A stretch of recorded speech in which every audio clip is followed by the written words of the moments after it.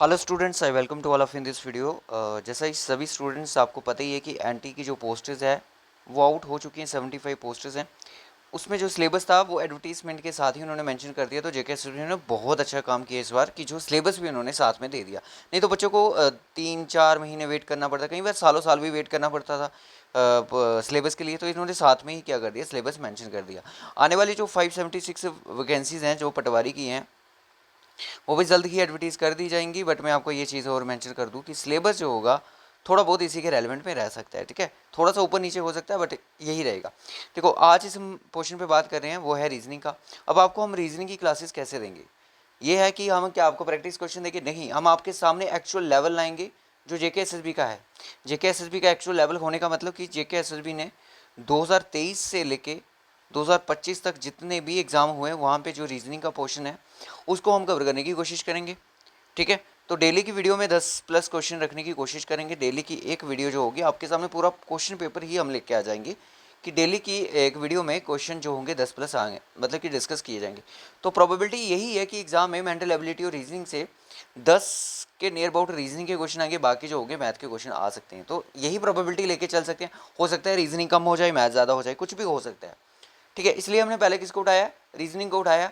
तो बच्चों, इस वीडियो को लाइक जरूर कर दीजिएगा, शेयर जरूर कर दीजिएगा। चैनल पर नए हो चैनल को सब्सक्राइब जरूर कर दीजिएगा, ताकि आने वाले टाइम पे भी आपको इसकी वीडियोस ऐसी मिलती रहें। क्योंकि ये सीरीज़ जो होगी 23 से लेके 25 के जितने भी एग्जाम्स हैं वहाँ तक कंटिन्यू की जाएगी। तो लेटेस्ट पैटर्न देखने को मिलेगा, क्योंकि हम एसएससी के क्वेश्चन पढ़ते रहते हैं, आरआरबी के पढ़ते रहते हैं, बैंकिंग के पढ़ते रहते हैं, पर जेके एसएसबी किस लेवल के क्वेश्चन पूछते हैं वो हम पढ़ेंगे इन क्लासेस में।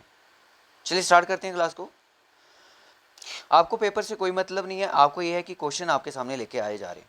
तो पहला जो पेपर जो मैंने आपके सामने रखा है वो रखा है मैट्रिक लेवल पोस्टेज का। ठीक है, ओएमआर एग्जामिनेशन हुआ 2023 के अंदर। इसके ऊपर चलेंगे रीजनिंग के क्वेश्चन पे। तो सिलेबस जो था रीजनिंग का, देखो उसको डिस्कस करने की ज़रूरत नहीं है। लास्ट टाइम से हम आप भी हम भी उन्हीं चीज़ों के लिए पढ़ा रहे हैं, आप पढ़ रहे हो। तो यहाँ पे सबसे पहला क्वेश्चन हमारा जो रीजनिंग का आ चुका है वो है स्क्राइबल। स्क्राइबल का तो मतलब समझते हो, आजकल ये तो एक ट्रेंड बन चुका है स्क्राइबल का। क्योंकि जब लास्ट डे होता है कॉलेज में, स्कूलों में, तो बच्चे क्या करते हैं, स्क्राइबल डे को स्क्राइबल डे के नाम से बनाते हैं। तो यूनिफॉर्म पे, एक दूसरे की यूनिफॉर्म पे कुछ लिखते हैं। ठीक है, तो स्क्राइबल का मतलब यहाँ पे क्या बता रहा है, राइट बता रहा है। स्क्राइबल का मतलब right. स्क्राइबल day her last day college का हो गया, स्कूल का हो गया, जब बच्चे जो होते हैं, जैसे 12th क्लियर हो जाए, 12th का मतलब लास्ट दिन होता है, या फिर आपका 10th का लास्ट दिन होता है, स्कूल को छोड़ के जाना होता है, तो रिटायरमेंट जिसको बोलते हैं ना, वैसे ही हो गया स्टैमर। ठीक है, स्टैमर का मतलब होता है कि जो बात करते करते ना ऐसे रुकता हो, हकलकलाता हो। ठीक है, तो उसको हम क्या बोलेंगे, स्पीकिंग में प्रॉब्लम है इसको। स्टैमर किससे लेट हो जाएगा, स्पीक से लेट हो जाएगा। तो ऑप्शन ए यहाँ पे हमारा सही आंसर हो जाएगा। तो ये है जेके एसएसबी का लेवल। जेके एसएसबी का मैंने कोई क्वेश्चन यहाँ पे वो करे ही नहीं कि मैं इनको कॉपी पेस्ट करूँ, यहाँ मैंने पेपर ही आपके सामने रख दिया। क्वेश्चन नेक्स्ट जो है, नेक्स्ट क्वेश्चन देखिएगा।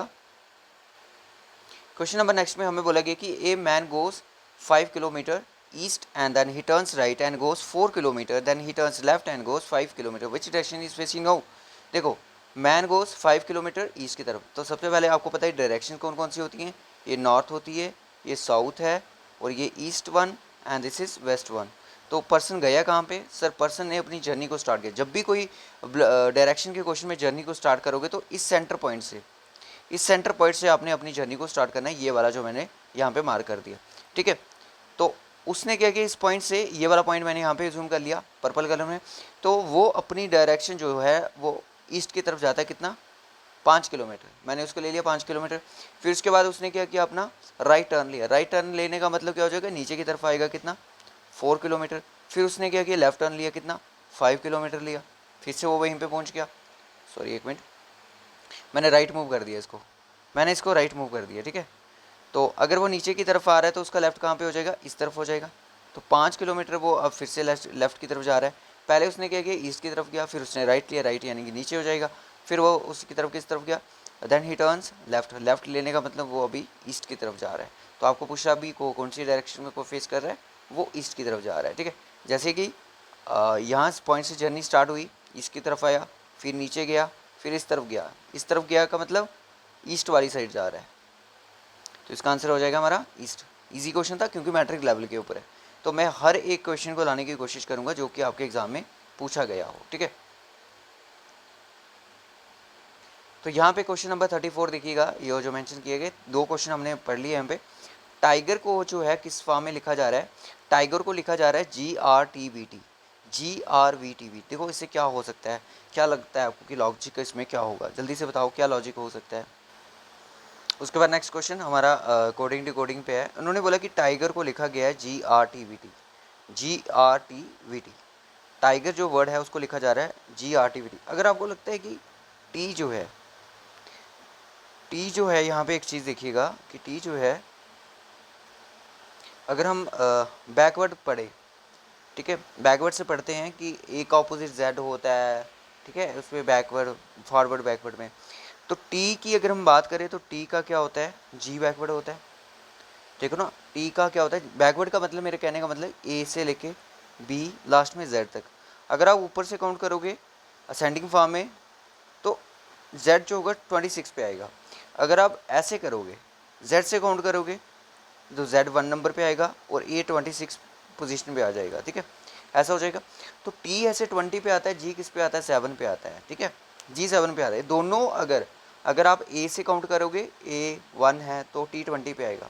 अगर आप जेड से काउंट करोगे तो जी किस पे आएगा 20 पे आएगा। तो मतलब कि ये दोनों ऑपोजिट में रहते हैं, जी और टी ऑपोजिट में है।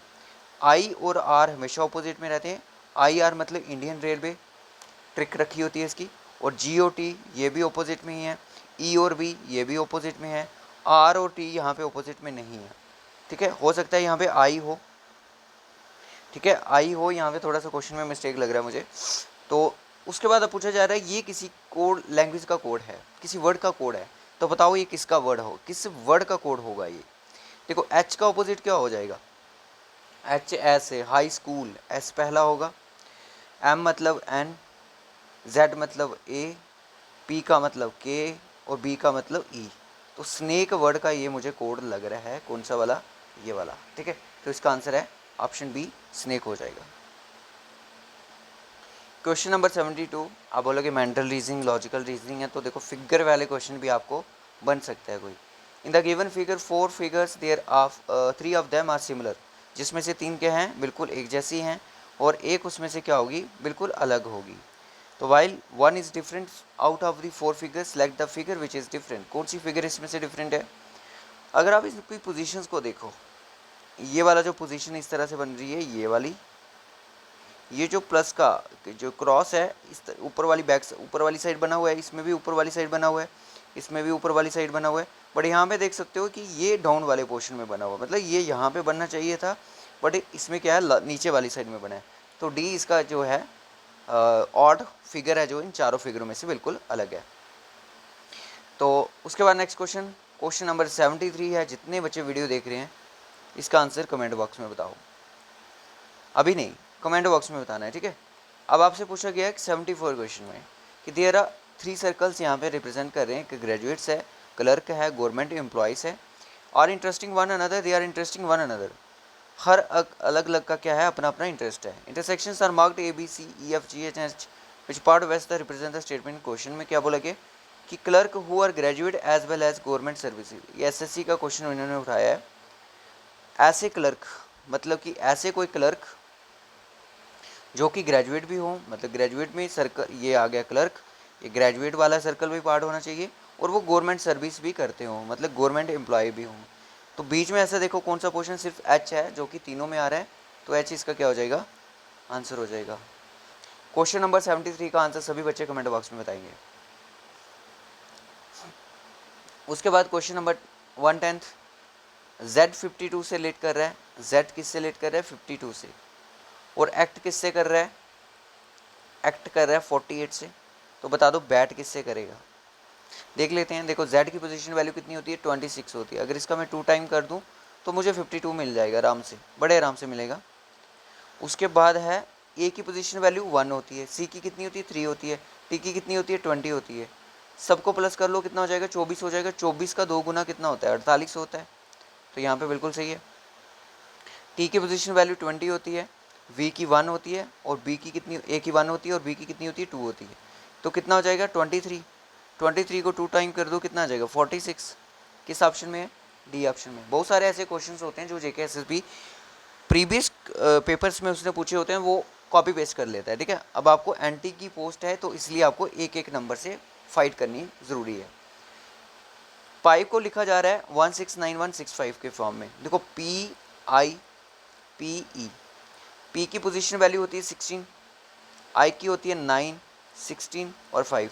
देखो पोजीशन वैल्यू को याद कर लो, जिनको याद नहीं है तो इसे आप आराम से कोडिंग डिकोडिंग कर सकते हो। स्वैन का पूछ रहा है एस का कितना होता है, 19 होता है। और देखो लास्ट डिजिट पूछ रहा है आपको, what is the last digit of इसका। चलो देख ले, एस का मैं पूरा बताऊंगा आपको। डब्ल्यू मतलब 23, ए मतलब 1, एन मतलब 14, लास्ट डिजिट क्या बन रहा है, 4 बन रहा है, तो 4 इज द आंसर हो जाएगा हमारा, ठीक है। तो वो कितना, ऐसे तो एसएससी भी क्वेश्चन नहीं पूछ रहे, जैसे इन्होंने बोला कि लास्ट डिजिट बताओ। चलो ठीक है, हमने बता दिया।